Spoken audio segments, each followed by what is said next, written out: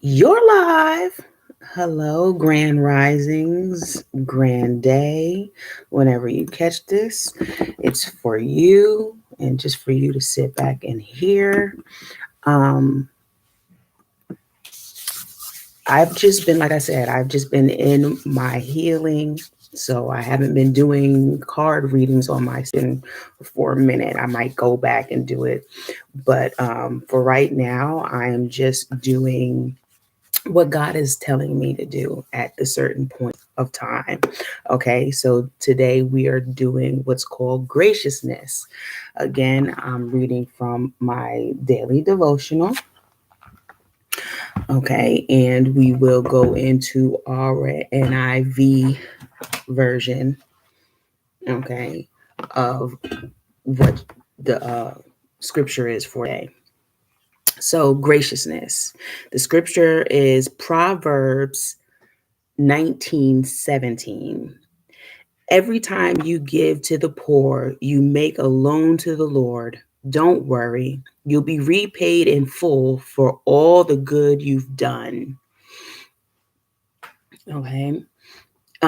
With that being said, no, we don't just give things to get things. We give things because we feel the call to give.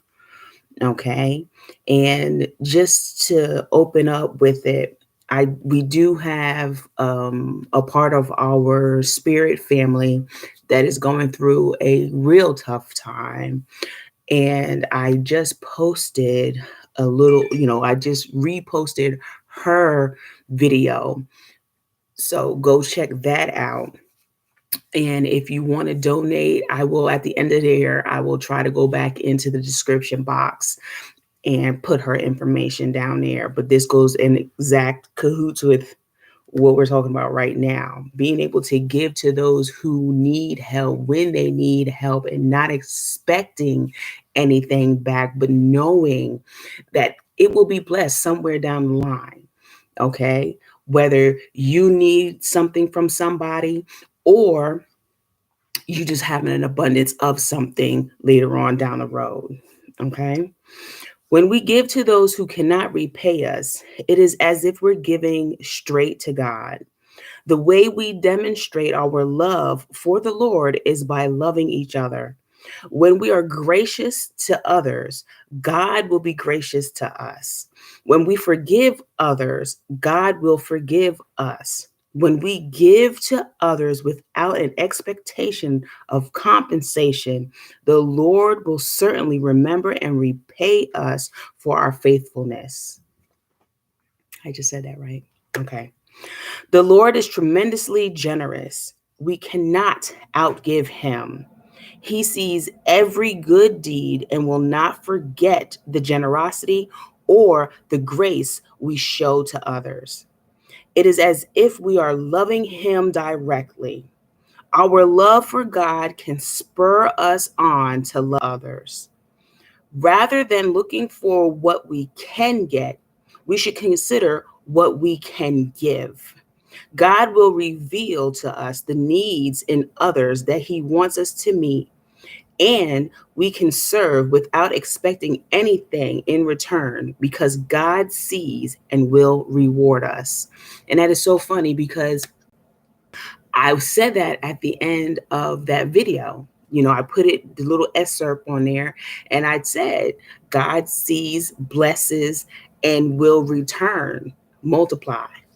So it was like, and I didn't even read this. That's the funny part about it. I wait until I get here to read what's in the body of the passage. So it was like, I'm just blown away, because I thought graciousness was going to be something, you know, different. I didn't think it was going to be talking about us giving. I thought it was going to be talking about God's love and how he's gracious with us. But he's showing us that not just is he gracious with us, but when we're gracious with other people, he sends that even more. He multiplies it. Okay, so let's go to Proverbs 19 and see exactly what we were talking about. Proverbs after Psalms. Proverbs after Psalms. Okay, Proverbs 18. Okay, 19.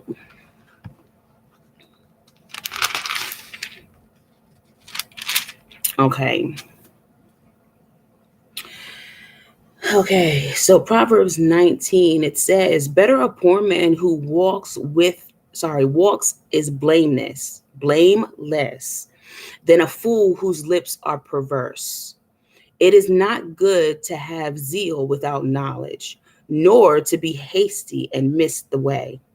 A man's own folly ruins his life, yet his heart rages against the Lord. Wealth brings many friends, but a poor man's friends desert him. The false witness will not go unpunished. He who pours out the lies will not go free. Many curry favor with a ruler, and everyone is the friend of a man who gives gifts. The poor man is shunned by all his relatives. How much more do how much more do his friends avoid him? Though he pursues them with pleading, they are nowhere to be found. He who gets wisdom loves his own soul. He who cherishes understands prosper. Okay, let me read that again. He who gets wisdom loves his soul. He who cherishes understanding prospers. That right there, that's verse 8. That right there says a lot. A false witness will not go unpunished. He who pours out lies will perish. It is not fixing for a fool to live in luxury. How much worse for a slave to rule over princes? A man's wisdom gives him patience. It is to his glory to overlook any offense. A king's rage is like the roar of a lion, but his favorite is like dew on grass. A foolish son is his father's ruin, and a quarrelsome wife is like a constant dripping. Houses and wealth are inherited from parents, but a prudent wife is from the Lord. Laziness brings on deep sleep, and the shiftless man goes hungry. He who obeys instructions guards his life, but he who contemptuous of his ways will die. He who is kind to the poor lends to the Lord, and he will reward him for what he has done. Discipline your son, for in that there is hope. Do not be the willing party to his death. A hot-tempered man must pay the penalty. If you rescue him, you will have to do it again. Ooh, that one right there. Listen to the advice and accept instruction, and in the end, you will be wise. Many are the plans in a man's heart, but it is the Lord's purpose that prevails. We always have something. We always have something that we're thinking about to make it this and the other thing, but only God can make it really happen. You have to remember that. If it's not in God's plan, your plan don't exist. It don't matter. Okay? What a man's desire is unfailing love. Better to be poor than a liar. The fear of the Lord leads to life. Then one rests content untouched by trouble. The sluggard buries his hands in dishes. He will not even bring it back to his mouth.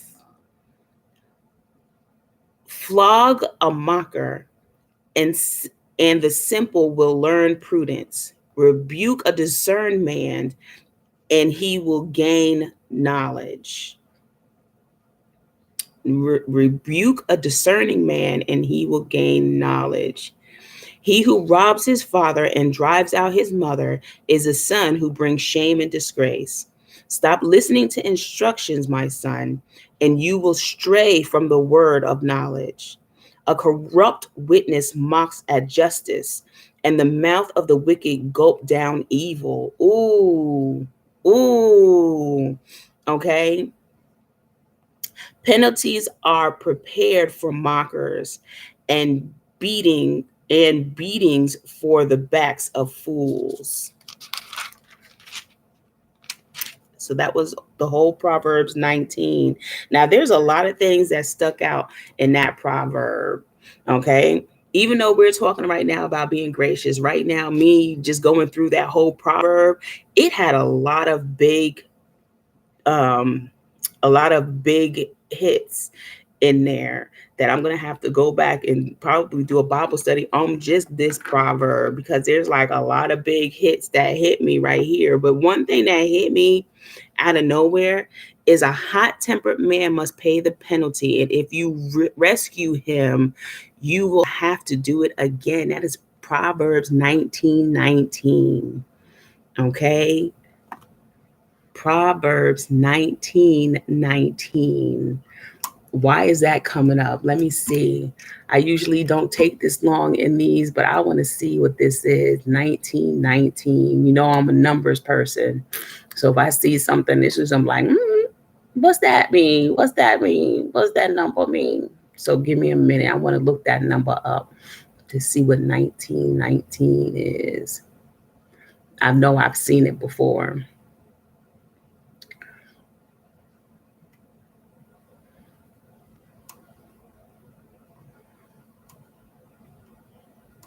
19:19 angel number.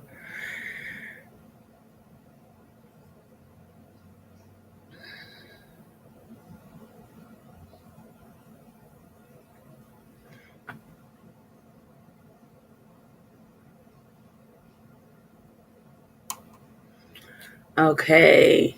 It says angel number 1919 may suggest that aspects of your life are coming to a close, or an important phase or cycle is coming to an end. Uh, uh, okay. So a hot tempered man must pay the penalty. If you rescue him, you will have to do it again. So that's a whole, okay. I'm gonna have to do a whole thing on that. So stay by for Proverbs 19:19. Okay. I'm gonna have to do a whole thing on that right there in itself, because that right there talks big volumes on why we end cycles. Okay, why we don't continue to allow things to happen. Once we see it happen once or twice, it's like, hold on, wait a minute, why are we doing this? End that cycle. So yeah, we're gonna have to talk about Proverbs 19:19 on a different live. Look, I'm getting more stuff to talk. Okay, God, I see you. I see you. I always said that I didn't want to be a hypocrite, and I didn't want to, be on here and look, God just has me sitting here in so much awe right now. But getting back to being gracious.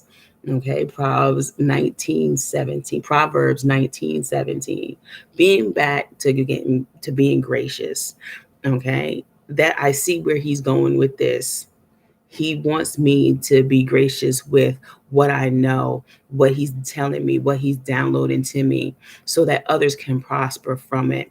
I see that. So others can learn the knowledge. I see that. So others can have a better opinion of what they're going through. I see that. So I totally understand about being gracious at this time. Everybody needs to understand that being gracious to people, places, and things does not mean that you have to give everything to that one thing. Okay. It's just like with your tithes and your offerings. It doesn't have to necessarily go to a church. It can go anywhere where you want it to go. Okay. It can be anything. But being gracious right now, we're talking about just giving to that certain thing and not expecting anything back. Okay. That's where I'm going to leave it. We're at 15 minutes. I am Naomi's light, and I love y'all. I'm out.